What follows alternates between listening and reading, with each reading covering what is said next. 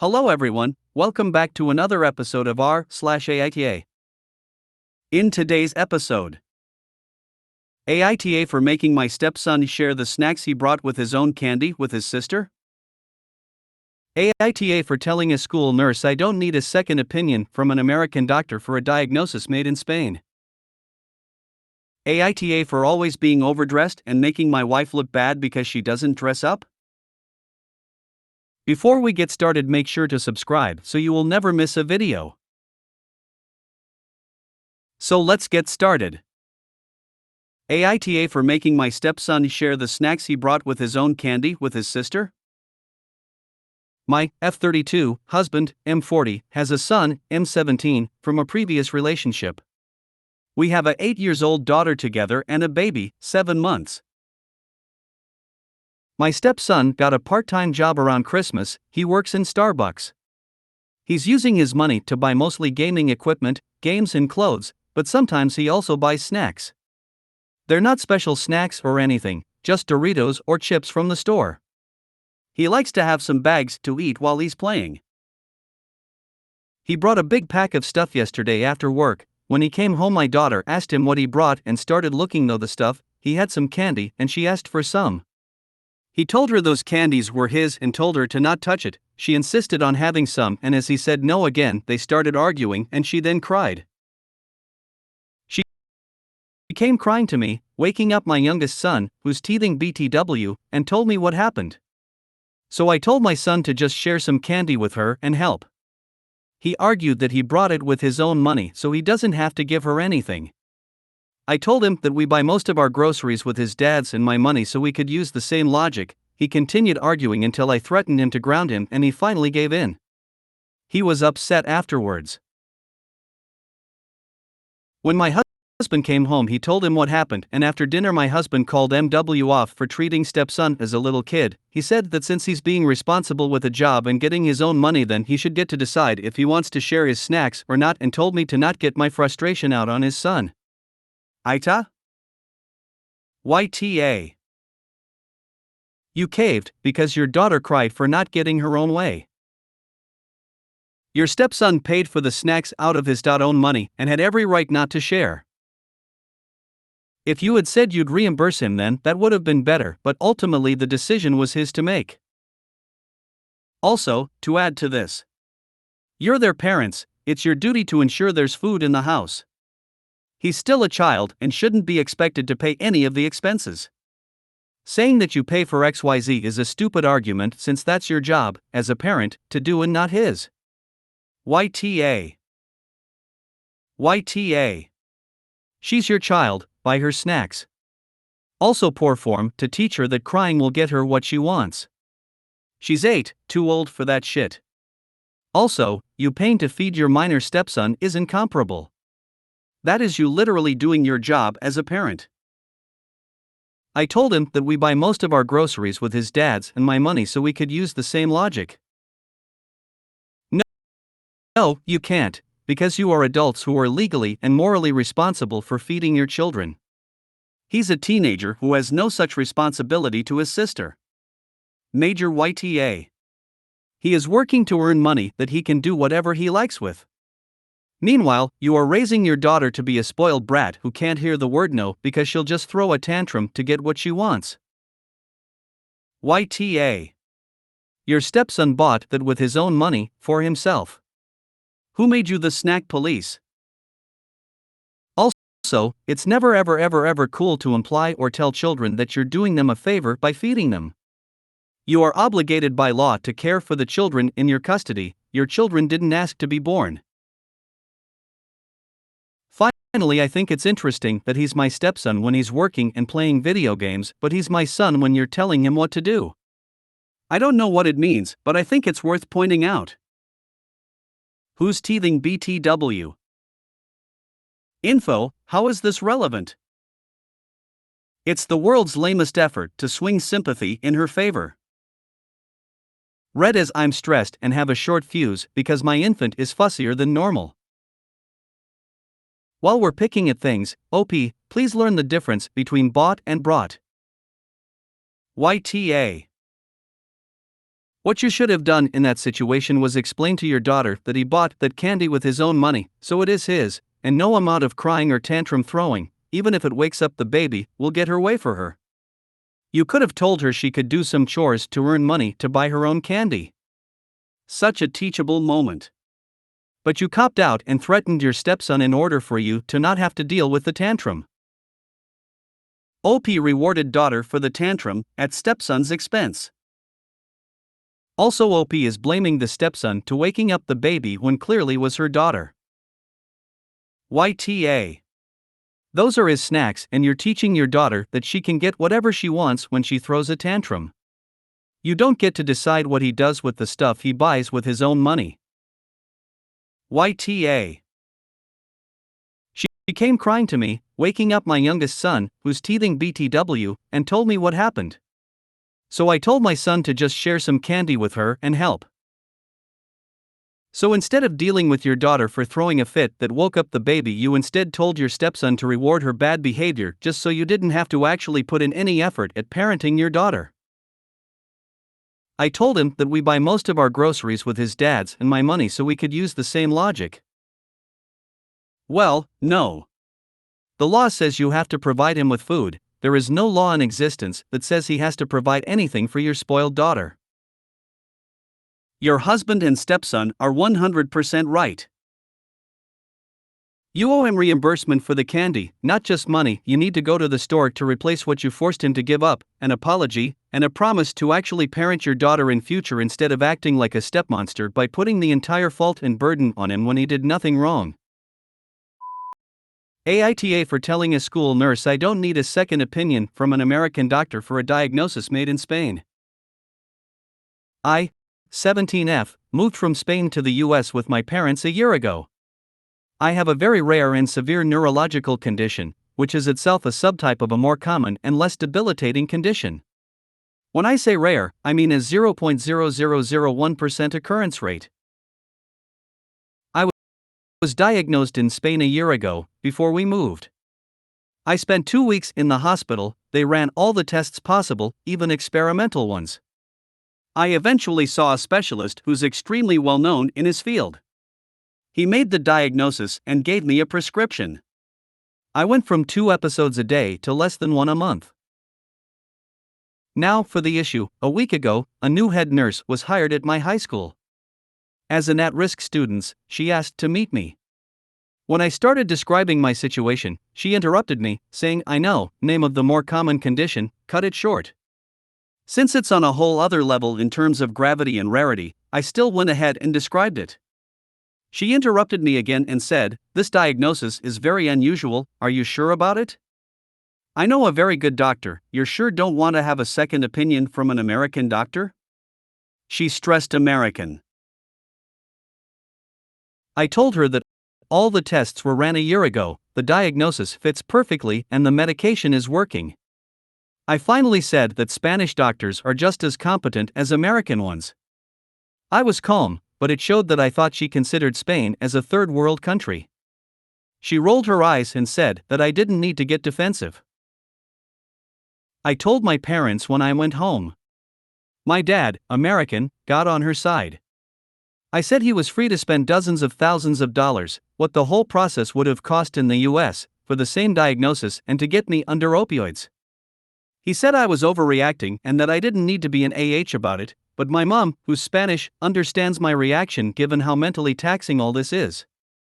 I haven't heard back from the nurse, but I'm wondering if I overreacted. Edit, to address a general concern, I'm not on opioids. What I meant by at risk is basically just special needs. There's just a risk that episodes may happen when I'm at school, and there's a protocol in my medical file that tells the school staff when an episode occurs, don't do anything, wait for it to go away, quite literally. A specialist in the field diagnosed your condition and prescribed medication which effectively treats it. Your school nurse believes she knows better than a specialist. I think it's clear she is not as qualified as she assumes herself to be, and her suggesting you got defensive was projection. It's always important to maintain a firm and direct approach when discussing a medical issue with a new practitioner. Given how often misdiagnosis can lead to severe complications, she should know better. NTA. People weaponize defensiveness, but who the hell wouldn't get defensive in the face of someone belittling them and their home country, dismissing their medical diagnosis based on literally zero information, and implying they don't know their own health history and needs? NTA. I've also met people with this misinformed opinion of medical professionals in other countries. The arrogance and ignorance shown by your school nurse would get under my skin too. NTA. P.S. Ola from Spain. I'm currently on holiday in Aragon. I think it's just a continuation on an important lesson most people start learning shortly after cashing their first paycheck. Just because you pay more for something doesn't necessarily mean it's of higher quality. LOL. As a South African, we can be relatively third world. But we have excellent surgeons. Always weird to go to other first world countries and realize that the doctors at home are usually more qualified. NTA. You are, at a minimum, receiving effective treatment to reduce the symptoms of your condition, and have received a diagnosis from an acknowledged expert. I can definitely understand why you would not want to jeopardize your current success. You are also a teenager who's having to self-advocate in the US healthcare system, so I'd be hesitant to brand you as any kind of asshole even if you were not right. You are right. Yeah, except that Spanish doctors have just as good a reputation as American ones, if not better. NTA. Spanish doctors are just as competent as American doctors. However, pulling your medical files and tests and getting a second opinion or fresh eyes on the information isn't a bad idea. You wouldn't have to retake the tests, just have a second doctor review them. It couldn't hurt. Info. I would have assumed you already had an American doctor that specializes in this because of the need for medication. How are you getting your medicine refills and prescriptions? Of course, I have a neurologist. I have to go see him every 6 months to renew my prescription and potentially adapt the dosage. He never questioned the diagnosis and even agreed with it when I brought him all the test results and everything. He was also very surprised. He had only seen a few cases before, but said that it did exist and that the medical background in my family would explain why I was at risk. Yeah, there's a certain strata of Americans who genuinely think American healthcare, education, technology, you name it, is far superior to anywhere else in the world. It's ignorance mixed with a strange brand of patriotism, and it can be deeply unpleasant to witness. I have close relatives who are USA born and bred, and some of what they say along these lines is actually outrageous, and they don't even realize how offensive it is, not to mention plain wrong. NTA. Sure, Daddy Dearest can waste his money trying to prove America is the bestest, but he is being patronizing, condescending, and a whole lot more.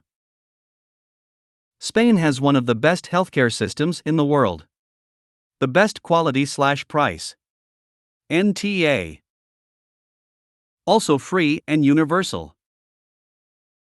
I mean, when the price is zero, that equation will always be infinite regardless of quality, but in this case, the quality is really high as well. I live in the US, but am originally from Spain, and even though I have an incredible insurance policy from my employer, I still do my most serious checkups in Spain. So in my case, even when I get diagnosed in the US, I will always get a second opinion from a doctor in Spain. The reason IMHO is because the Spanish health system is incentivized to heal you so you don't spend public money unnecessarily. However, the American system is incentivized to make your illness as chronic as possible so you keep spending money on treatments. Therefore, I tend to trust more a Spanish doctor working for a public hospital. NTA. As a medically complex 34-year-old, I have a feeling you had better care in Spain than you'd get in America anyway. NTA. If I was taking medication that worked for me, I'd feel very wary if someone started pushing a second opinion. AITA for always being overdressed and making my wife look bad because she doesn't dress up? I work in a corporate setting which requires me to always be in formal apparel. I have gotten used to wearing formal clothing to the point that I pretty much prefer to wear it most of the time. Whether I'm picking my kids up from practice, visiting family, or go shopping, except for when I go to the gym, I wear tailored pants with a button up of some sorts. I know that I'm overdressed most of the time, but I just enjoy being dressed well and it has become my style. My wife, on the other hand, is completely opposite of me. She likes wearing casual and comfortable clothes like sweatpants and hoodies, which is completely fine. But my wife says that when we go out together that I make her look like a slob because I'm overdressed, making her look like she doesn't take care of herself. We visited my in-laws a couple of days ago. I was wearing my usual style of clothing while my wife was just wearing a hoodie and some sweatpants. My wife's mother made a joke about me looking nice in my clothes and then jokingly said that people would never assume that my wife and I are married and that I should encourage her to not dress like a slob. I just laughed it off and told her that my wife just likes being comfortable. This didn't go over well with my wife and told me when we got back home that I should stop dressing like a pretentious person and wear normal clothing like everybody else and stop making her look bad. I told that nobody cares what she wears and that I don't tell her how to dress so she can't tell me how to dress. This turned into a petty argument that shouldn't have even taken place at all. AITA? Okay, pants with a button-down shirt is not formal wear, it's closer to casual Friday. AITA, and if your wife thinks she looks like a slob in comparison, then that says something. It's not as if you're in a top hat and tails. Ick about you, but if I had enough money to afford wearing a clean top hat and tails look every day, I absolutely would. Right? I'm laughing in European at sweatpants and hoodies being normal people clothes. I live in Italy and you won't catch anyone over the age of maybe 13 dead wearing those in public. They're considered homewear or gym wear at best, and pants and a button down is actually what most men wear to run errands. Granted, this might be a cultural thing and it doesn't mean the wife has to wear anything she's not comfortable with, but she has no right to be so pressed either. NTA. Maybe she should be upset with the person calling her a slob? Regardless, barring any dress code/expectations, everyone should get to wear what makes them feel comfortable, happy, and confident. I don't think we're focusing enough on the fact that wife is asking Opie to change his style of dress to accommodate reactions to her style of dress. If she wants to look better in comparison, then she needs to step up her dress game.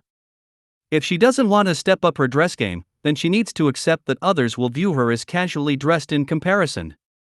She cannot force Opie to stop dressing nicely because people think she looks like a slob. That's insane. NTA. Why does your wife think it's okay for her to dress how she wants, but it's not okay for you to dress how you want? That double standard is unfair.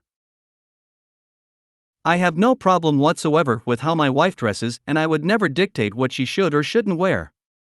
But I also expect the same treatment from her towards me. Your NTA. But my wife says that when we go out together that I make her look like a slob because I'm overdressed, making her look like she doesn't take care of herself. No, you don't. If she feels is dressed like a slob, that has nothing to do with how you're dressed. If she, her mother, or anyone else thinks she's dressed like a slob, it isn't just because they're comparing her to you. When we got back home that I should stop dressing like a pretentious person and wear normal clothing like everybody else and stop making her look bad. Sweatpants will still look uber casual next to whatever she calls normal clothes. This might sound stupid, but are sweatpants trackies or joggers style? Feel like that makes a huge difference. I don't know what I was expecting from your title, but it wasn't what you wrote, because your style of dress is absolutely fine. Your wife's sweatpants and hoodie are not normal, everyday dress, especially if the two of you are going out somewhere. NTA. His wife's clothes are just as normal as his. He is NTA, but her clothes are not any worse than his, just different. My husband always wears dress pants and button-down shirts or polos. I wear jeans and printed t-shirts. My 14-year-old daughter likes stretch pants and t-shirts, and my 12-year-old son prefers pajama pants and Pokemon shirts. All very different styles, but none right or wrong. Now, I would guess a lot of your wife's feelings are coming from the criticism from her mom based off the interaction described in this post, and that saying she likes being comfortable probably didn't help, but that doesn't make you an for wanting to dress nicely. Better way of responding in the future might be, I dress this way because I'm used to it for work, and, wife, looks great in everything she wears. Nobody else's opinions matter. I think it's NTA because I do think Opie's wife is a bit of an AH for taking her frustrations with her mom out on her husband. She's trying to make her husband's wardrobe the problem, when the problem is her mom being overly critical, and the biggest AH in the story. NTA. She's not even dressing in normal clothing, she is wearing loungewear by the sounds of it. Even if you did wear jeans and a t-shirt, you'd still look smarter than her. NTA. Dress however you want to dress, same for her. Weird that this is at all a debate. The stakes are impossibly low. NTA. And I swear some of the commenters live in a Hallmark movie or something. I get where the "you should have stood up for your wife" replies are coming from, but my partner would be livid if I had said something to her mom in that situation and it would have made things worse. Just a reminder that we don't know these people or their preferences. That's just this subreddit trying to find a reason to put some blame on him. Can't vote the wife as the sole AH/S. If you made it to the end of the video, thanks for watching. Don't forget to like, subscribe and share, and we will see you in the next video.